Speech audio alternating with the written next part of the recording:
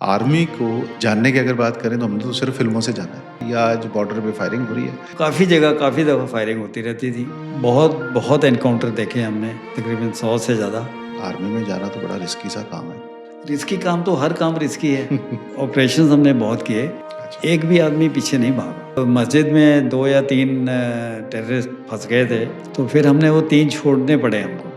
लगता है सरकारों को या मिलिट्री को कि यहाँ कुछ ना कुछ इशू हो सकता है। We were facing China. कोई चीज़ वहाँ पर खाने की रख के आ जाते थे। अच्छा। जब चाइना का पेट्रोल आता था वो ले जाता था। This is tradition. Yes. Army is army, पर लेकिन बहुत सारी इसके अंदर अलग स्ट्रक्चर और फील्ड्स भी हैं।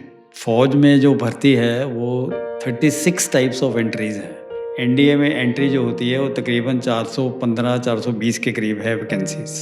Women also have been permitted to जी। Join NDA. Hi Colonel Baidwan, welcome to conversation with Neeraj Kaushik. Thank you. How are you?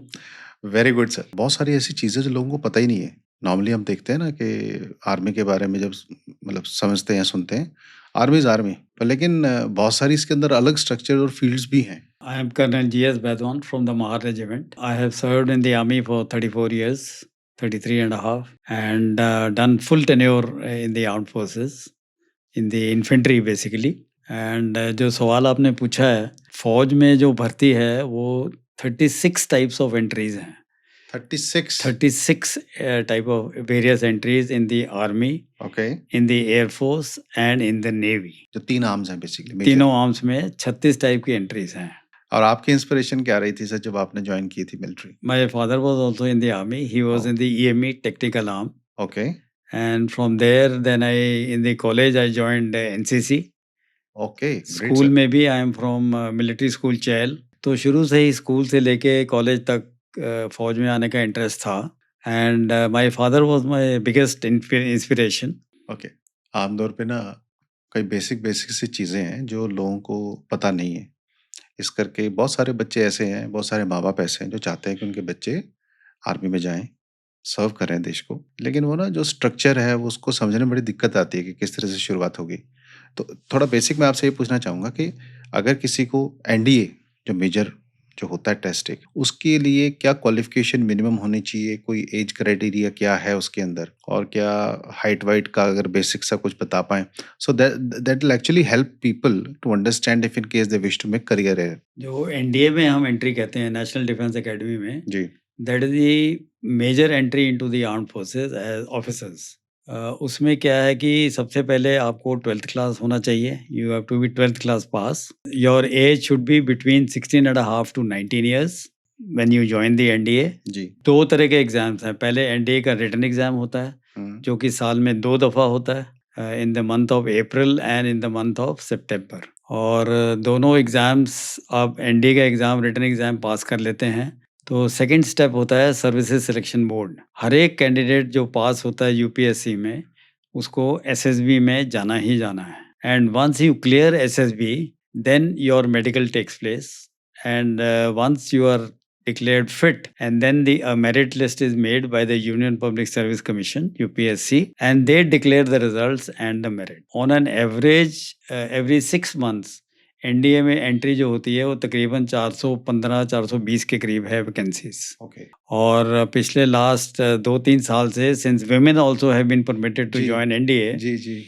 और इस साल से ये 25 से 30 वैकेंसीज कर रहे हैं। मतलब और बढ़ा रहे हैं। और बढ़ा रहे हैं। पहले 19 ओके। थी, फिर हाँ 20 जी। करी, अब 25 कर रहे हैं, ओके। और अल्टीमेटली 30 में ले जाएंगे। Okay. And women have already done 2.5 years of training in NDA, okay. और अगले साल जून में पहला कोर्स पास आउट होगा। ना एनडीए के लिए मिनिमम जैसे आपने बताया क्वालिफिकेशन 12th चाहिए। अब कोई बच्चा 12th करके एनडीए का एग्जाम लिख दिया सपोज और वो क्लियर कर लिया उसने। Yes.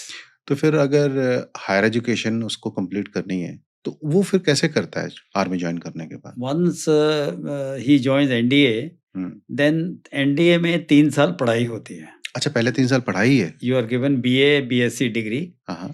and once you are graduate, ji. then you pass out from the NDA, and after doing 3 years of training in NDA, ji. then you go to IMA Dehradun for 1 year. So total training after joining NDA is 4 years.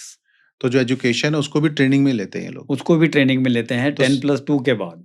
नहीं, तो वो training पढ़ाई वाली एक training होगी? वो पूरी पढ़ाई वाली होती है एज़ नॉर्मल ग्रेजुएट ट्रेनिंग। नहीं, तो फिज़िकल ट्रेनिंग कब होती है फिर फाइनली?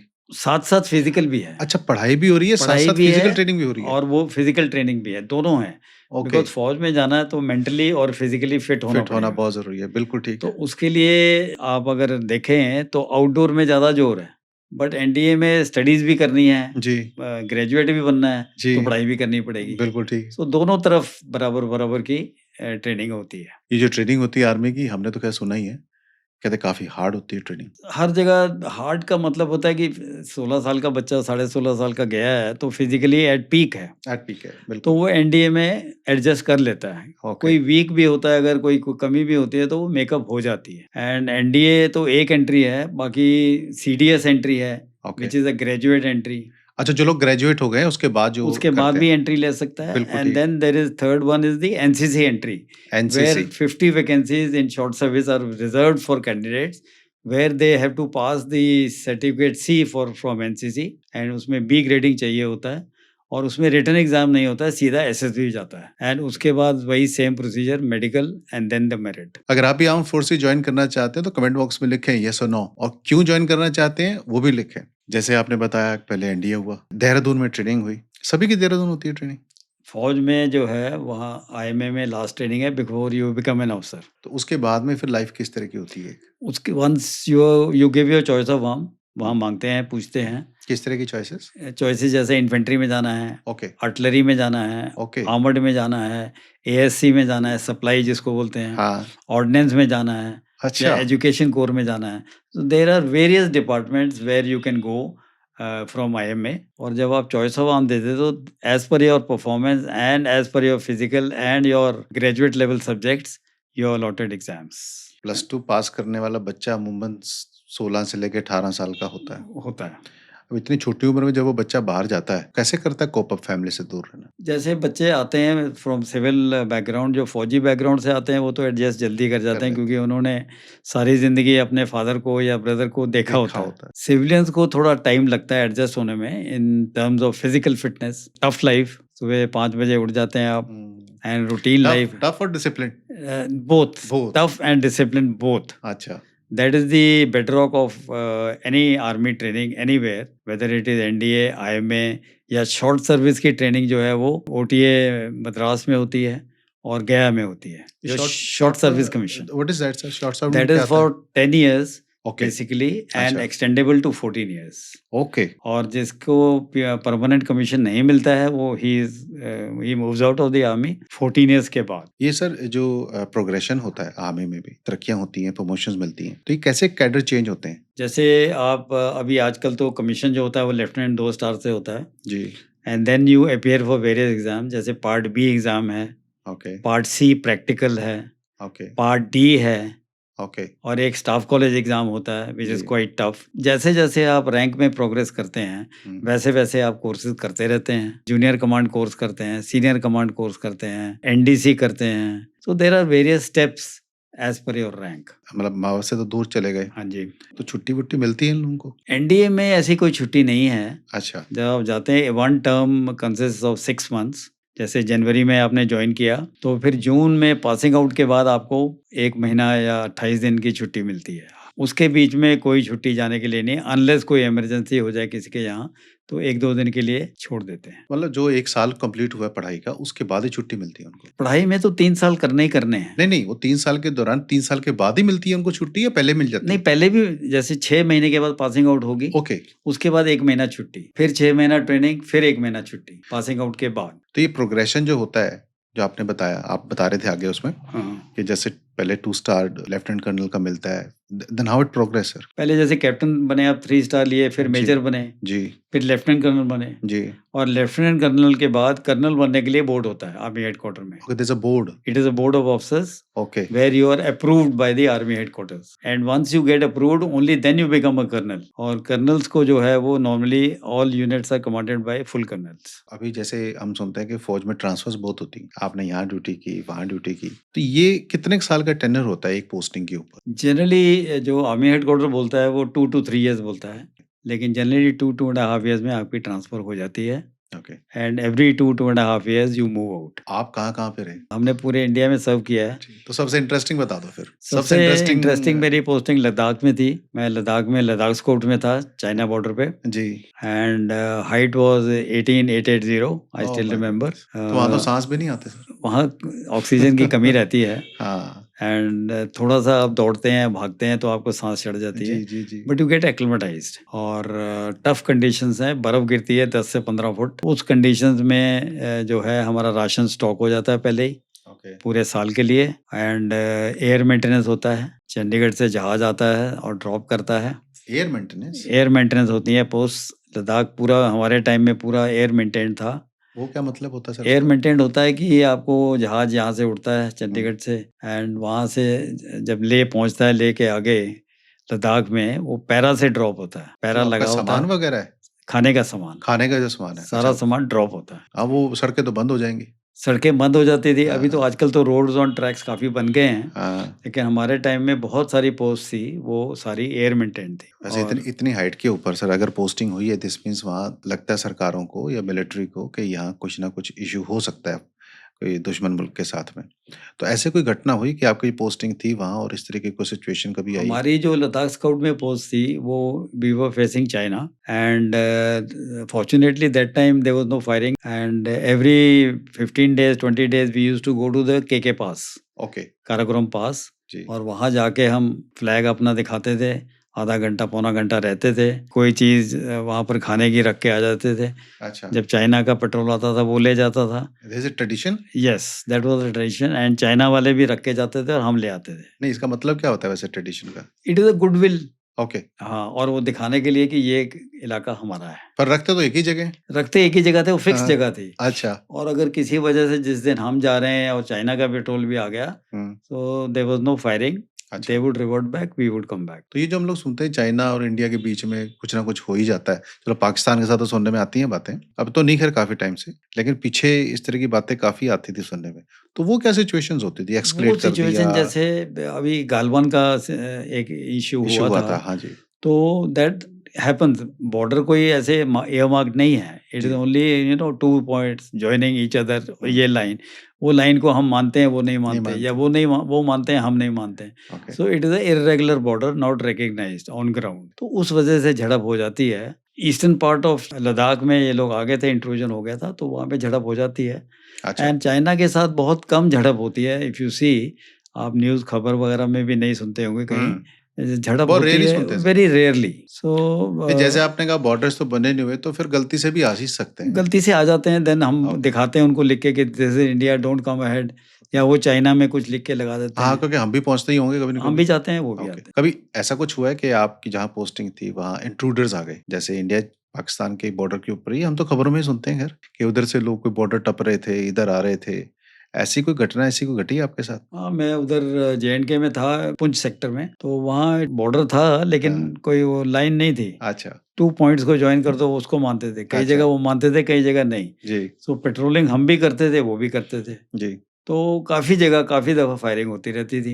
एक-दूसरे का सामना हो, या कई बार वो लोग बोलते हैं, साहब आप हमारे एरिया में आ गए हैं, आप पीछे चले जाएँ, या वो लोग आ अच्छा। जाते थे, हम लोग बोलते थे। तो तो पाकिस्तान के साथ वो गिफ्ट और मिठाई और वो सब कुछ शेयरिंग का वो नहीं सब है? मैंने वहाँ नहीं देखी, अच्छा, वहाँ नहीं देखा। वहाँ नहीं। तो मतलब स्ट्रेंज सिचुएशन है।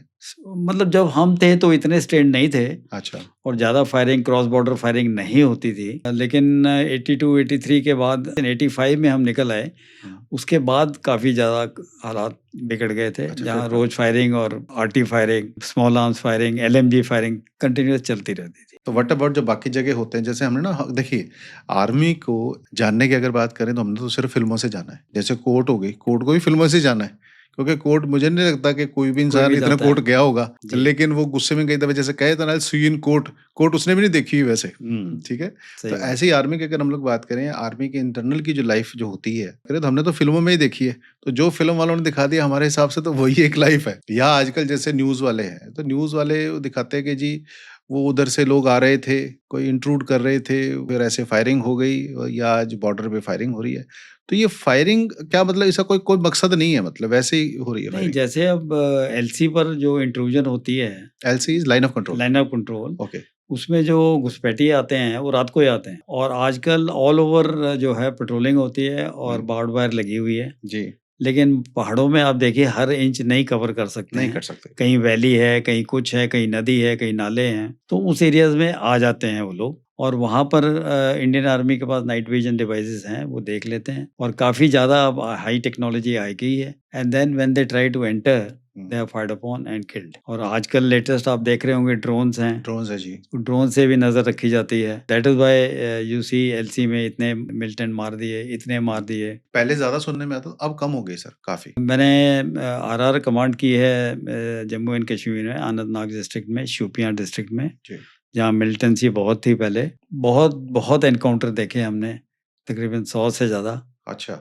एंड कोई एक ऐसा किस्सा जो आपको लगा हो कि तो बड़ा टफ था? एक मस्जिद में 2 या 3 टेररिस्ट फँस गए थे। अच्छा, हमने घेरा डाल लिया था। फिर बाद में हमको ऊपर से ऑर्डर आए कि मस्जिद को मत गिराओ, मस्जिद को हार्म मत करो। सारा दिन उधर रहने के बाद आदमी थक भी जाता है हुँ, बिल्कुल। और उन्होंने टियर गैस शेल मारे, हमने मारे और बाद में फिर हमारे को ऑर्डर आया ऊपर से कि मस्जिद नहीं मारनी, आप विथड्रॉ कर जाओ। फाइनली फिर वो पकड़े कैसे? तो फिर हमने वो 3 छोड़ने पड़े हमको। अच्छा, छोड़ने पड़े? नेचुरली जब आप आ गए हाँ, और रात को तो वहाँ अगर रहोगे तो दोनों तरफ डैमेज होगा डैमेज बहुत। होगा। हाँ, तो हमने 7-8 बजे withdrew and that was a difficult operation where we had to leave 3 people. और ऐसा भी करना करती है आर्मी। यस, उससे क्या होता है कि ट्रुप्स का मोराल भी इफ़ेक्ट होता है। बिल्कुल होगा। कि कहाँ दुश्मन को घेर लिया, मारना है, हाँ, कहाँ छोड़ के आ गए। हुँ, तो थोड़ा-सा फ़र्क पड़ता है और वो लोग बोलते हैं कि साहब हम नहीं जाएँगे, मारेंगे इनको। मारेंगे। But you have to listen to the higher headquarters through. And वापस आ गए। फिर बाद में जो कमांडर पकड़ा गया था उसमें मस्जिद में था, जी, उसको हमने फिर 8-10 दिन बाद घेर लिया और उसको अच्छा। मारा हमने। अभी जैसे आप बता रहे थे मेरे को कि आप जो एनडीए एस्पिरेंट्स हैं, उनको कोचिंग में भी कभी-कभी सपोर्ट करते हैं। एज़ अ गेस्ट लेक्चर कई दफ़े जाते हैं कई इंस्टीट्यूट्स के अंदर। तो वहाँ पे जो बच्चे आ रहे हैं अभी, तो वहीं से रुझान पता लगता है कि कितने लोग इंटरेस्टेड हैं एनडीए करने में। क्या लग रहा है परसेंटेज उसके अंदर रूरल और अर्बन परसेंटेज बराबर-बराबर होती है या रूरल ज़्यादा आती है वहाँ पे? मैं आपको बताना चाहता हूँ कि I am a trained group testing officer, जिसको जीटीओ बोलते हैं। जी। जो एसएसबी की ट्रेनिंग लेके पास होके फिर जीटीओ बनता है अच्छा जी। और सर्विसेज सिलेक्शन बोर्ड में उसकी पोस्टिंग आती है। और सेंटर जो है आर्मी के 3 सेंटर्स हैं, that is in Bhopal, Allahabad and Bangalore. और I was in Allahabad 18 SSB. और आजकल जो बच्चे आ रहे हैं फ़ौज के लिए बहुत ज़्यादा रश है। आप हैरान होंगे कि एनडीए एग्ज़ाम के लिए 2.5 से 3 लाख बच्चा बैठता है और उसमें मिक्स ऑफ रूरल और अर्बन एरियाज़ हैं, सेमी अर्बन एरियाज़ हैं। सब तरह के बच्चे आते हैं ओके। क्योंकि आजकल टेक्नोलॉजी का ज़माना है जी। और लोगों को बहुत इन्फॉर्मेशन है। गूगल से ले लेते हैं और साइट से ले लेते हैं and they have got very good knowledge about NDA. So 2.5 से 3 लाख आदमी बैठता है, उसमें 8 साढ़े 8 हज़ार कैंडिडेट्स हर 6 महीने बाद पास होते हैं और वो पास होने के बाद हर एक आदमी जो है, हर एक कैंडिडेट जो पास होता है वो एसएसबी के लिए जाता है। And just for information, as a rough rule, साढ़े 8 हज़ार में से सिर्फ तकरीबन 410 415 वैकेंसीज हैं अच्छा। और उन्होंने जाना है। इतने जो सिलेक्ट होते हैं फिर फाइनल वैकेंसीज़ इतनी?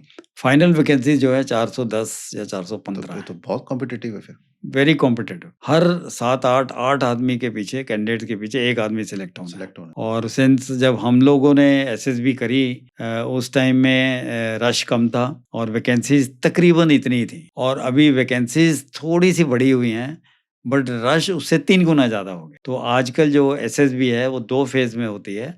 फेज़ 1 में जो कैंडिडेट पहुँचते हैं एसएसबी में, हुँ, उनका पिक्चर परसेप्शन डिस्क्रिप्शन टेस्ट होता है। उसमें क्या है कि उसको फ़ोटो दिखाई जाती है और वो डिस्कस करता है स्टोरी बना के। And then only those candidates who clear the PPDT test, उनको जो है एसएसबी करवाते हैं, बाकी को घर भेज देते हैं। My goodness! So it is 2 tier, first tier is PPDT, second is the SSB. जैसे आजकल आईएएस और उसमें होते हैं, हुँ, प्रीलिम्स होता है पहले, हाँ जी, मेंस 4 लाख 5 लाख बैठते हैं हाँ जी, एंड देन फाइनली 1 लाख या कुछ बच जाते हैं, हाँ, वो मेंस देते हैं। जी, तो इसी तरह रश ज़्यादा होने की वजह से ओके। आर्मी में भी 2 फेज़ टेस्टिंग हो गई। तो आपने टोटल कितने साल सर्व किया सर? एसएसबी में 3 साल रहे हम ओके, और 6 महीने हमने अटैचमेंट की बैंगलोर में 24 एसएसबी और तकरीबन 2.5 से 3 हज़ार कैंडिडेट्स हमने देखे। देखते हैं कि फील्ड में हैं, कुछ लोग कुछ ऑफिस में होते हैं। ये सिलेक्शन किस तरह से होती है? आपको हर 2-3 साल बाद जैसे इन्वेंट्री में है, हाँ, हर 3 साल आप पीस में रहिए और 3 साल फिर आपकी यूनिट फील्ड में चली जाती है। मतलब ऐसा भी है कि जैसे फील्ड में गई है, हाँ, उसके बाद में उनको बैकएंड में ही बैठना है। यही है, backend yes. Backend would be right word और रेयर में, रेयर में रेयर पीछे मतलब फैमिलीज़ पीस में होती हैं, हाँ, यूनिट जो है वो फील्ड में चली जाती है। हुँ, जैसे अगर मैं पुंछ एरिया में था, जी, तो हमारी फैमिलीज़ वगैरह जो है वो सेपरेटेड फैमिली क्वार्टर्स बोलते हैं उसको, ओके, एसएफक्यू। ओके, उसमें घर मिलते हैं, वहाँ आप फैमिली रख सकते हैं। ओके। जवानों को भी मिलती है, जेसीओज़ को भी मिलती है, ऑफिसर्स को भी मिलती है। और कुछ जवान जो नई फैमिली लाते हैं, वो अपने घर में रखते हैं, गाँव में या शहर में जहाँ भी। है ना, कई परिवार मिले वो बोलते हैं कि जी ये आर्मी में जाना तो बड़ा रिस्की सा काम है।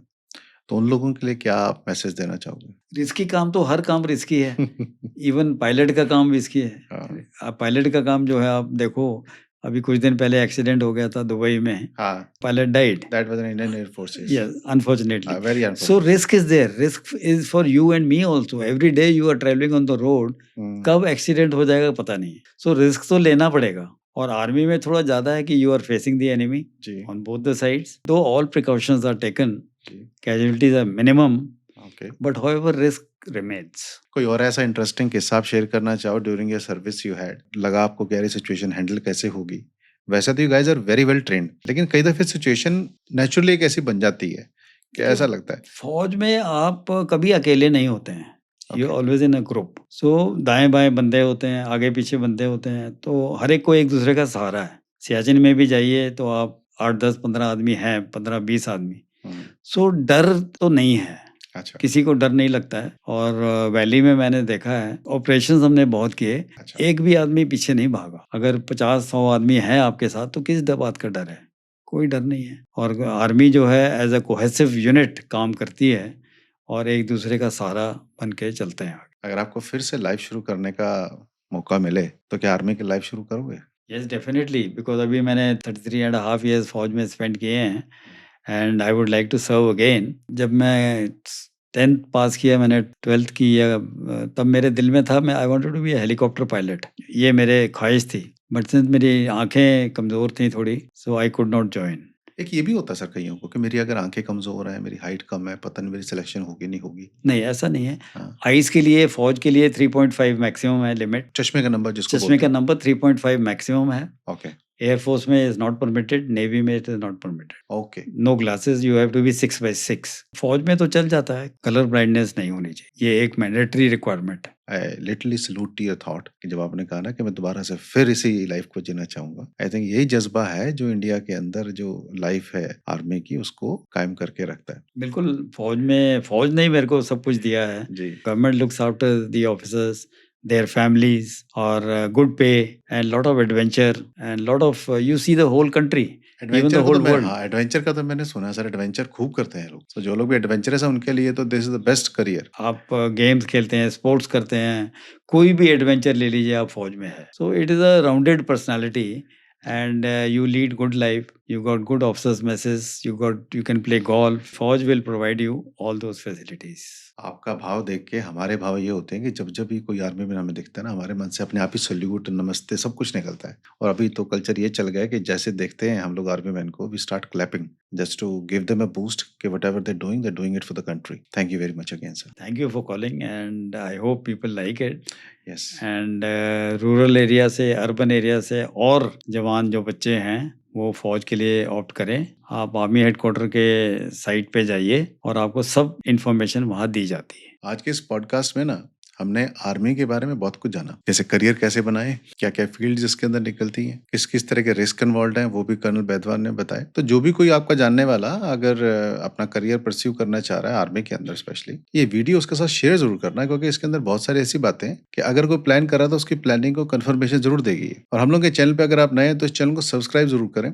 और इस वीडियो को देखने के लिए आप सबका बहुत बहुत थैंक यू।